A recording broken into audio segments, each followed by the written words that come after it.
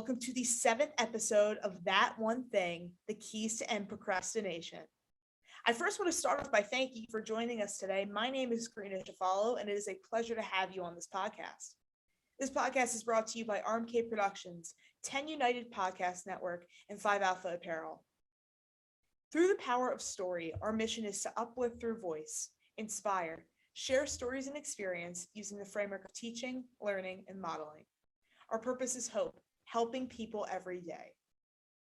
All right, everyone, we are going to kick out these 3 keys to stop procrastinating. I'm going to give you 3 tips to help you get on with your day and actually get some stuff done that you normally probably wouldn't have.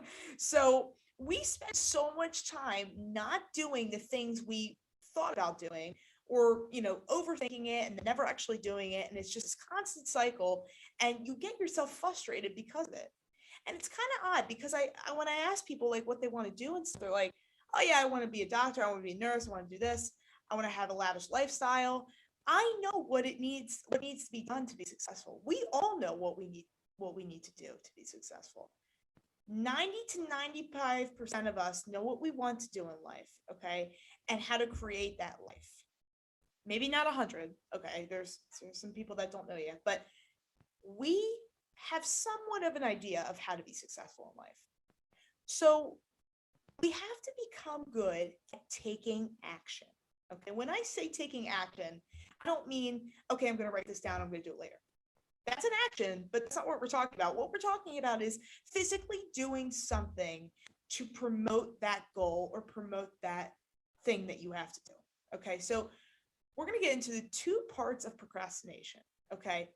We're going to go with starting is one part, all right? And the next part is finishing. So starting is the easy part. Starting, a lot of people can get things started. People get excited, right? So let's say you wanted to start a new business. This is right on my, I love when people are excited about starting a new business.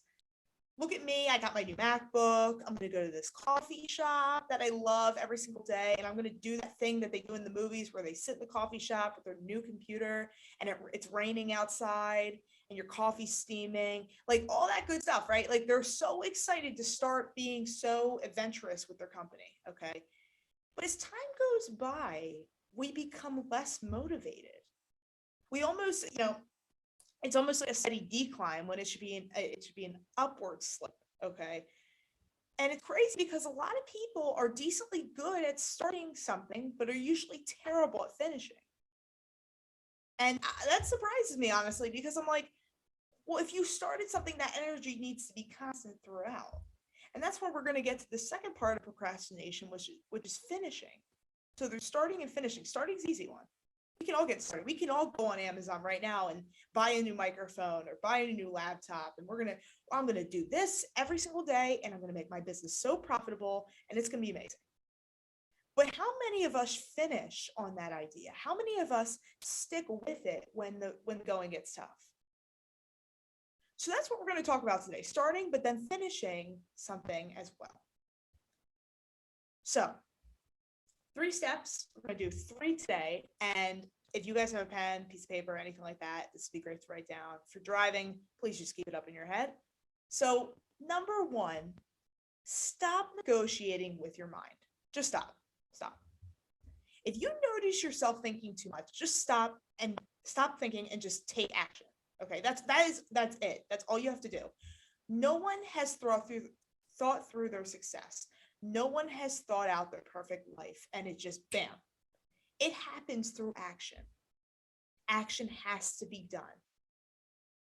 Because then what will happen is, if you don't take action, your mind's going to come in. Now, we love our mind, okay? Our mind is a beautiful thing. But a lot of times it can be a villain in this process.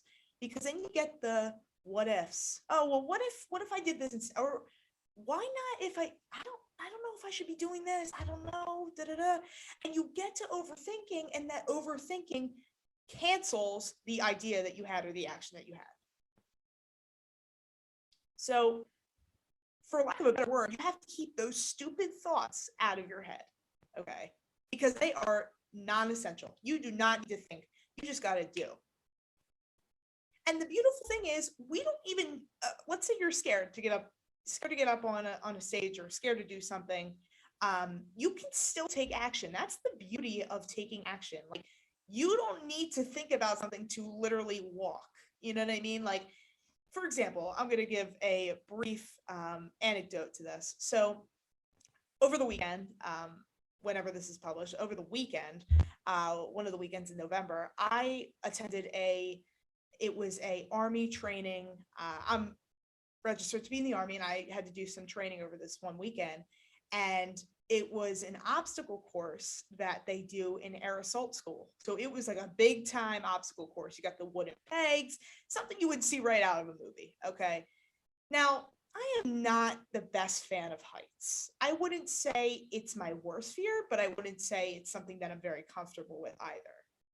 I didn't realize how serious my fear of heights was until I was on top of one of these obstacles, and I legitimately couldn't get over it. It's called the confidence climb, if anybody wants to look it up. So basically what you have to do is you have to get over these wooden pegs, and you have to wrap your leg around while you're in the air. It's almost like a big ladder that just gets, the space just gets bigger and bigger and bigger. So they were like, Karina, you gotta put your foot over it and go down. And I'm like 40 feet up in the air. I didn't think I could do it. And the whole time I was in my head, this is crazy. What am I doing here? It's Friday afternoon. I need to be in school. I'm gonna fall. I'm not clipped onto anything. I was freaking out. I was actually freaking out. Like, my legs were shaking. But then something hit. One, I'm not going to get down this ladder and just walk down this ladder and walk away. I'm going to be unsatisfied with myself. That's one thing. Okay, we're going to put that aside. But two, I cleared my mind. My mind just went blank. Okay, that was like, I just looked down at the ground. I said, you know what? Blank. Completely shut off. And when I did that, I did the action. And I got over the wood, and I went down, and I completed the course. Because my mind went blank. I wasn't thinking about falling. I wasn't thinking about the height. I wasn't thinking about the people below me. Nothing. So you have to basically go blank. And I'm going to give you an example of what I mean by this. So how many of us sit on the couch or on our bed or whatever, and they're scrolling through TikTok, Facebook, Instagram, whatever. And you're like, you're literally thinking subconsciously, I have so much to do today. I just, one more TikTok, one more post that I could like, and then I'll get off or whatever. I have so much to do. Where do I start? So immediately when you are thinking that, that is your signal to get up. Okay. So what I like to say a lot is, inaction creates inaction, and action creates action. So by you being inactive, you are not helping yourself, because you'll just create more inactivity. So when you were thinking about, I have to get up, I have to do this, I got to do that, get up. Just get up, drop your phone, get up. Don't even think about it. Don't even think about, I will get up at this time. Because sometimes what I like to do is I like to base it out. Like, okay, at 7:30, I'm going to get up. No, get up right then and there. Done. And what I like to tell people is this. Let's say you want to get up and go to the gym. Okay, we're not gonna go to that magnitude yet. We're gonna go little by little. So we're gonna just dip our toes in the water. We're not going in the water. Okay, so just a little bit. So you're on the couch, you're watching TikTok, you gotta go to the gym. Okay. Okay, well, what I like to do is I like to get dressed first. So let's get off the couch, let's get dressed first. Let's put on something new, something refreshing, whatever. Then we're gonna fill our water bottle, then we're gonna get in the car, we're gonna listen to our favorite song, whatever. But that little step of getting dressed first, not immediately just going to the gym, will do wonders. Okay. Because most days for me personally, I do not feel like working out. But what I do is I try to force myself to get dressed first, start small, and then that mental resistance starts to fade. Why? Because I already started doing something. I already started doing an action. Action creates more action. Okay. So let me put this in college terms for any college students out there, maybe graduate students or high school students. This could apply to anybody. So let's say you're writing a college paper. Okay. Start with something similar to your action that you want to complete. So what I like to do is, if I am so like anti doing my paper, I like to pull up a Word document and just start writing. Today is Tuesday. I'm wearing pink and it's sunny. Today, the weather is 75 and sunny, and I am going to get coffee later with my friend. Start like journaling almost. Just start typing anything. Will I keep that information? Probably not, unless you have a little diary or journal or something like that. But just making your hands type on a computer is enough. Start with something similar to what the action is you want to do. It's getting you past that resistance of not doing anything. So don't negotiate with your mind. What we're going to get back to is step 1, do not negotiate with your mind. Just get up. Just do it at Nike. Just do it. Okay. So action, I want you guys to remember this. Action creates more action. Okay. So step 2 in this process, number 1, no negotiating, just get up. Number 2 is finish what you start. So I want you to make the decision right now that you will finish what you start from now on. Following through, honestly, to me, is one of the most understated parts of success that no one talks about. So when I was at the gym, when I was younger, I wasn't that educated yet on, the amount of reps you had to do or superset or anything like that. For any gym junkies out there that kind of know what I'm talking about, I wasn't focused on that. I was just going to the gym just to go to the gym, whatever. So I would get there and I would have my regimen, right? And I would have, let's say, like 3 sets of 10 reps for, squats. Okay. And I would get to the 3rd set and I would only do like 5 and I'd be out of energy. I'd be like, all right, that's enough for me. That's enough. Little did I know that if I were to complete those reps, I would have probably seen results way quicker than I did. So what I did was when I finally figured this out, I put a reminder in my phone, follow through. Following through with the action. You go 5 reps, you go 10. You follow through with what it says. You write down a number, you follow through with that number. Again, one of the most understated parts of success is following through with what you do. And one of the most important things we will talk about in this podcast is following through and finishing what you start. When you say you were going to do something and you don't do it, what does that do? That makes you lose confidence in yourself. You aren't going to do it. Then what happens when, let's say I was going to do those 10 reps and I didn't do them. Then the next exercise I'm going to do, I'm going to say to myself, well, I didn't do the last 5 reps of them, so I'm probably not going to get through these.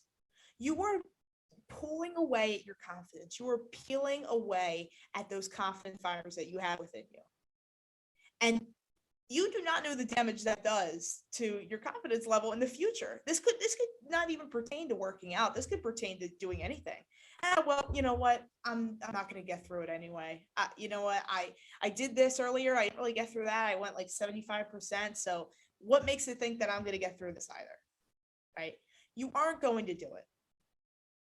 So when you do those little things in your life, like putting clothes away or making your bed in the morning, there has to be a follow through. There has to be, I'm going to get all these clothes away in this amount of time, and I'm going to close that drawer and I'm going to walk out the door. I'm going to make my bed fully. We're not just going to pull up the front cover. We are going to make that fully so that you are following through with your action, and that will create discipline for bigger things in your life. And by bigger things, what I mean is not just for yourself following through, but for other people. If you can't be trusted with, following through for somebody, how is that going to, pertain to your relationships?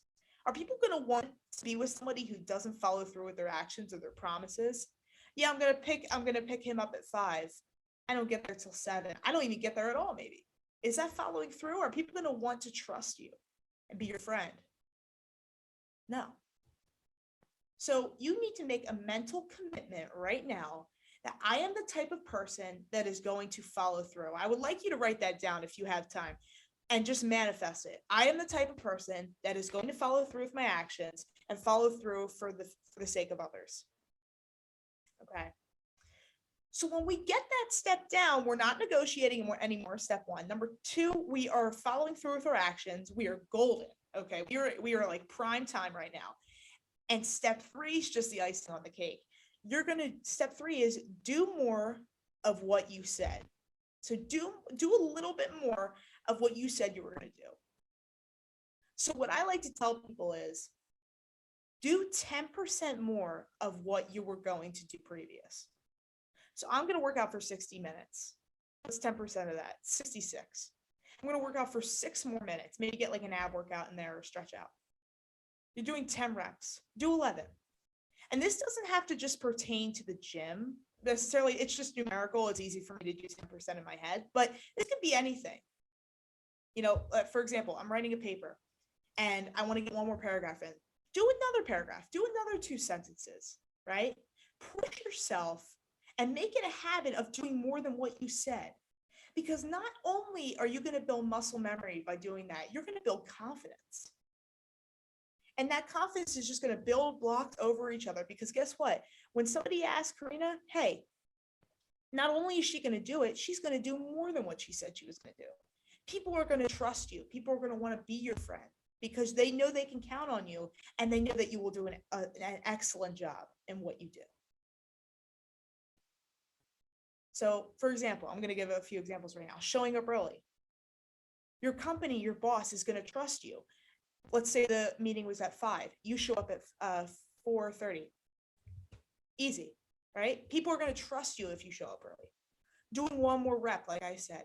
Studying one more topic that night. You don't know the difference it'll make maybe in your schoolwork, but your confidence is going to be there, and that's going to last you a lifetime. And no one, I don't know if anybody has heard this, but no one is born with confidence. It's not a personality trait. Confidence is something that you build by the way you show up in the world. You know, what you said you were going to do, okay? And every time you come up short, it's like taking a little bit of that confidence away. But every time you go above and beyond your goals, it's like stacking another block of confidence onto that tower.